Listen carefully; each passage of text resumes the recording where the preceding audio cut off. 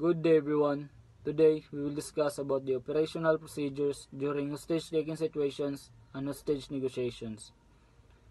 During hostage-taking situation, hostage takers have possible endgame plan, either to choose martyrdom or choose death over captured, kill hostages, which they make the hostages a bargaining chip o kung dili nila makuha ang ilang gusto, ilang patyon, and commit suicide if they feel hopeless.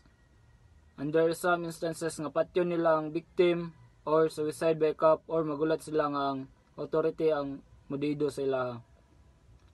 Or either listen their demands and continue negotiations.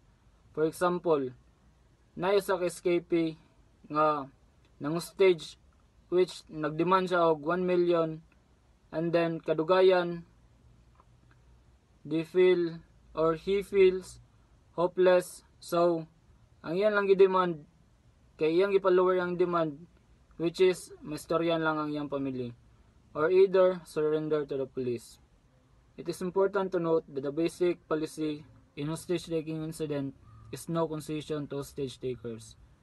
So it means nga dili ihatag ang i-demand sa hostage takers if kwarta ba na, armas, sakyanan, o unsa pa, pero continue Japon ang pag-negotiate sa hostage negotiation team. However, the main goal for this negotiation is to preserve the life and the safe release of the hostage.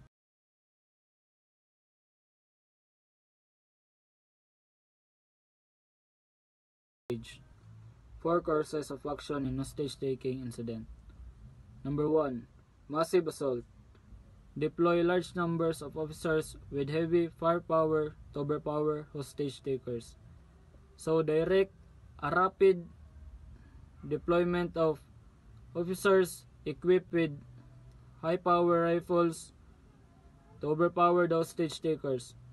Example, a SWAT team storms the building to rescue hostages, but there is a high risk of hostage casualties if execution is not precise. Number 2. Selective sniper fire. Use sharpshooters to neutralize hostage takers without endangering hostages. So these are the well-trained sharpshooters to take down the hostage takers. Example, a sniper eliminates an armed hostage taker standing near a window, but it requires a clear line of sight and certainty of target identification. Number 3. Chemical agents. Deploy non-lethal gas or agents to incapacitate hostage takers. Example, tear gas. Tear gas is released to force hostage takers out of a room, but there is a high risk that hostages may also be affected if not properly protected. Number 4. Containment and negotiation. It needs to isolate the scene, prevent escape, and use trained negotiators to talk down the hostage takers to resolve peacefully without loss of life. Example, police surround the building and negotiate until the hostage taker surrender, but it is time-consuming, may fail if hostage taker refuse to cooperate. ISAR method. So these are the first responder actions in hostage situation. I stand for isolate. Isolate action, keep the area secure, set safety lines, and prevent onlookers from interfering.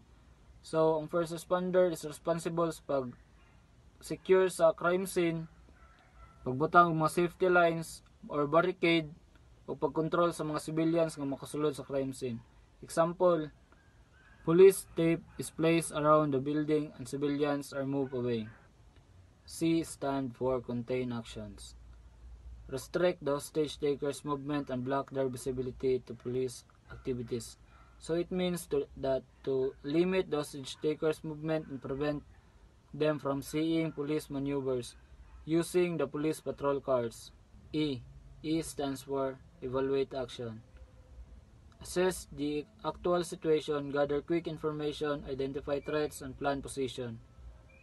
So it means nga mientras wala pang hostage negotiation team, ang first responder is ginasusi sa nila ang unsay kahimtang sa sulod, mag-collect of quick but vital info, and identify possible threats.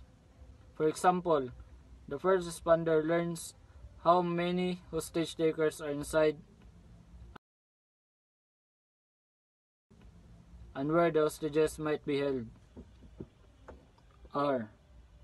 R stand for report action. Relay critical details or number of suspect, hostages, weapons, danger zones, escape routes to other officers. So mintras wala pa ang hostage negotiation team, ang first responder is ginarelease niya sa incident commander ang description sa hostage situation. Kung pila kabok ang suspect, ang mga hostages, or ang danger zones or ang possible escape routes. For example, the responder radios in that there are 2 armed men in black shirt holding 5 hostages in the second floor. ISER in short, I means secure, C means restrict, E assess, and R means inform. Sitting action. Study the physical environment including the terrain, doors, windows, possible escape routes or concealment. For example, SWAT maps out fire exits and notes a possible sniper position on a nearby rooftop. Number 5. Formulation of the plan action. If assault is necessary, plan for surprise to reduce hostage takers' reaction. For example, an assault team quietly positioned at night to strike when hostage takers are less alert. Reasons why hostage takers surrender. Number 1. Physical and mental factors. Due to exhaustion, feel boredom, medical problems, or loss of morale. For example, a hostage taker gives up after a few hours without food or rest. Number 2. Fear and futility. Fear of police assault or realization that demands are impossible. For example, after seeing SWAT prepare, the hostage taker realized resistance is hopeless. Number 3. Internal issues. Disagreement among hostage takers or feeling abandoned. For example, one member argues with another and decides to surrender. Number 4. Strategic decision. Choosing to face court instead of death, or to flight another day. For example, a suspect lays down his weapon, preparing prison over being killed in an assault. Number 5. Achieve goal. If they already gain publicity or send political message. For example, after media coverage, the hostage taker feels his cause is known and surrenders. Number 6. Trust and assurance. They believe in fair judicial process, safe passage, or peaceful custody. For example, police negotiators guarantee safety if he releases the hostages. Number 7. External influences. Intervention of leaders, mediators, or backstage political agreements. For example, a religious leader convinces the hostage taker to surrender peacefully. The first responder is assigned to secure the incident scene and establish perimeter security and give situation update to the concerned TOC and inform the hostage negotiation team for possible deployment. And they do not allow unauthorized persons at the incident scene. And they gather information about the hostage taker and hostages from witnesses. And they reroute traffic flow if necessary and evaluate all persons within the vicinity of the incident scene, and they clear areas for use by other responders and establish advanced command of post or ACP and initiate contact with hostage taker through any available means, and if the situation becomes volatile, they request the deployment of hostage negotiation team. However, at any given time,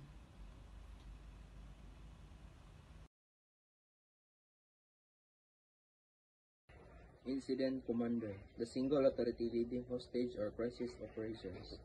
Qualifications: must hold a senior rank or have experience or training in hostage situations. rule. Acts as overall decision maker. Number 2. May issue press statement until an official spokesperson is assigned.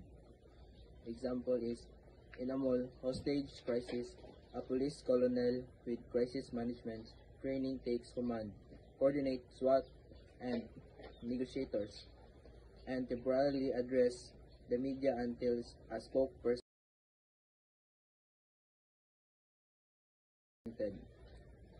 Number 2. Decisions and plans of incident commander. Number 1. Emergency response plans.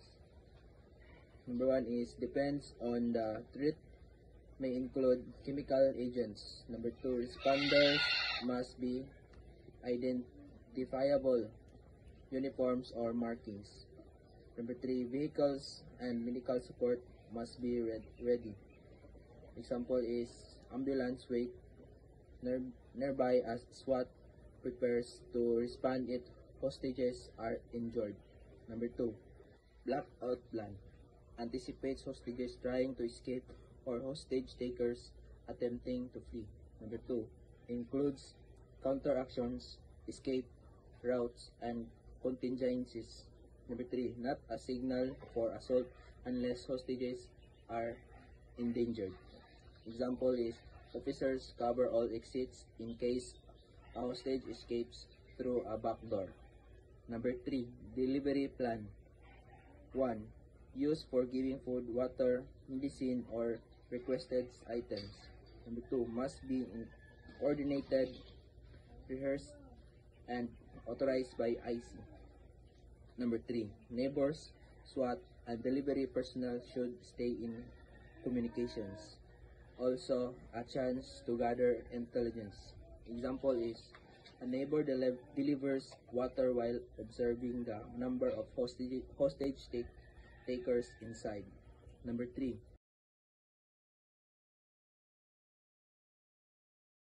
surrender plan. Ensures hostages are released before surrender. Consider risk like suicide by cop. Reception party should include negotiator and trained personnel. Example is, a hostage taker agrees to surrender if hostages walk out first, escorted by negotiators. Number 5, hostage reception or release plan. Release hostages are secured, isolated, and medically checked. Investigators must debrief them while considering risk of Stockholm Syndrome. Example is, freed hostages are interviewed separately to confirm details about weapons inside. Number 6, collections plan. Refers to retrieving items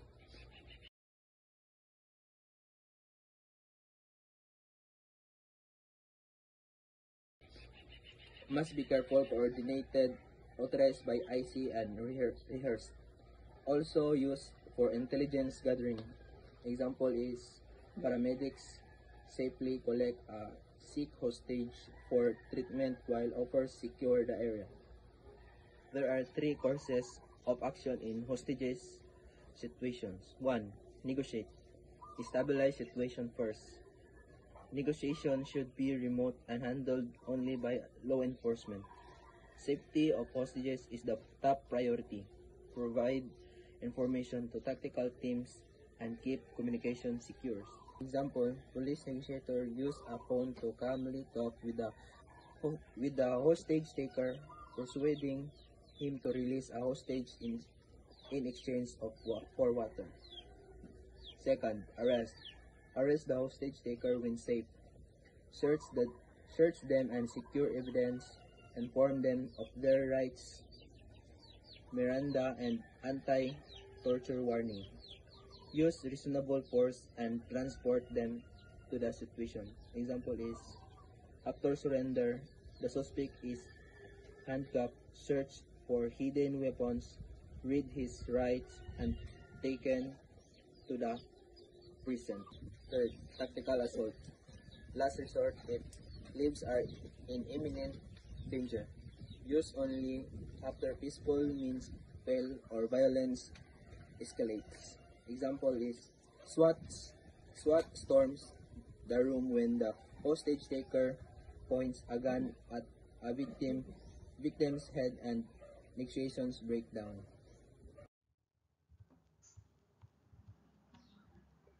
Hostage Negotiation Team or HNT, authority and control designated by the incident commander or IC. No one may talk to the hostage taker without clearance from the HNT or IC. Operates directly under the IC's supervision.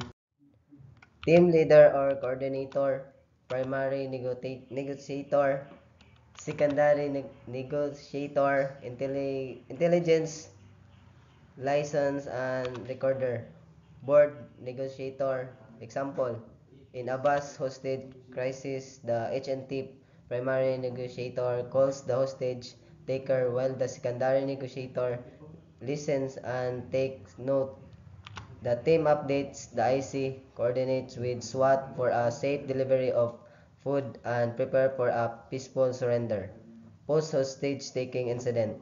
Number 1. Secure the crime scene, prevent evidence contamination. Example, police seal off the building to preserve weapons and fingerprint. Number 2. Evacuate hostage, injured person, ensure medical treatment. Example, paramedics rush injured hostages to the hospital.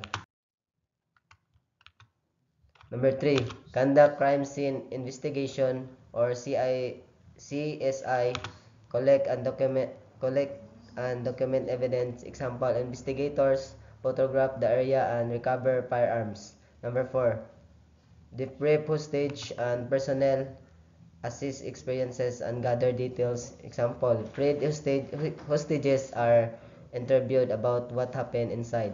Number 5, take sworn statements from witnesses, hostage takers, and officers. Example, a security guard provides a signed testimony of what he saw. Number 6, hold case conferences, prepare legal action. Example, prosecutors and police meet to finalize charges against the suspect. Number 7, issue press statement, provide accurate updates to the public. Example, the IC announces that all hostages are safe and custody. Number 8, submit report forward official document to higher headquarter. Unsa pagkuan ni post? Yeah. Deactivate crisis unit, CMC and CIMTG. Stand down specialized teams once the situation is resolved. Hostage negotiation and recovery definition. Negotiation is a symptomatic process where authorities and suspect arrange terms and conditions for the safe release of hostages. PNP definition by 2011. Dialogue between conflicting parties to reach an agreement beneficial to all, not about winning an argument, about compromise so both sides gain something. Negotiation is a tool of cooperation and compromise, not confrontation. Example, during a mall hostage crisis, negotiators allow the suspect media critical point negotiation or PNP hostage negotiators handbook by 2011. Number 1, goal reach an agreement that benefits all, win-win outcome. Example, the suspect agreed to release hostages in exchange for a media exposure satisfying both sides. Number 2, mutual understanding. Negotiations fosters stronger relationships and compromise. Example, after the crisis, police explained their side, reducing resentment from the suspect's family. Number 3, legitimacy of viewpoints. Both parties must recognize each other's positions to work toward solution. Example, negotiators acknowledge the suspect's grievances while keeping focus on safety. Number 4, give and take. Negotiators must be willing to compromise to example, allowing food delivery in exchange for the release of hostages. Number 5, human nature and empathy. Success relies on understanding psychology, stress, tolerance, and flexibility. Example, a negotiator calms a stressed hostage taker by listening patiently and showing concern. Number 6, preparation. Negotiators must know the hostage taker's background and weigh all options before talks. Example, police research that the suspect has a military background, adjusting their approach. Number 7, team commitment. All members must coordinate and agree before action. Example, negotiators, SWAT, and IC rehearse before attempting a delivery plan. Number 8, hidden needs. Look beyond stated demand to uncover. Example, a demand for a money may actually reflect a deeper.